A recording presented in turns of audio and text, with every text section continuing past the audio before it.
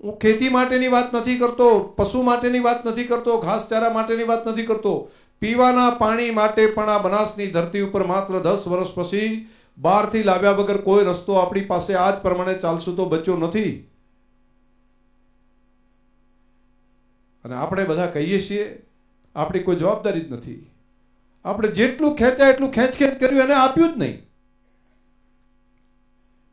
માનું ધાવણ ધાવવાનું પણ માને ખાવાનું નહીં આપવાનું, આવું કરે તો શું થાય? તો આપણી પોતાની જવાબદારી હતી. આપણા પૂર્વજો કામ કરતા હતા. જલ જીલણી 11નો દિવસ આવે એટલે ધરતી માતાને પરત પાણી આપવાનું કામ આપણા વડવાઓ કરતા હતા. હજારો વર્ષથી કરતા હતા.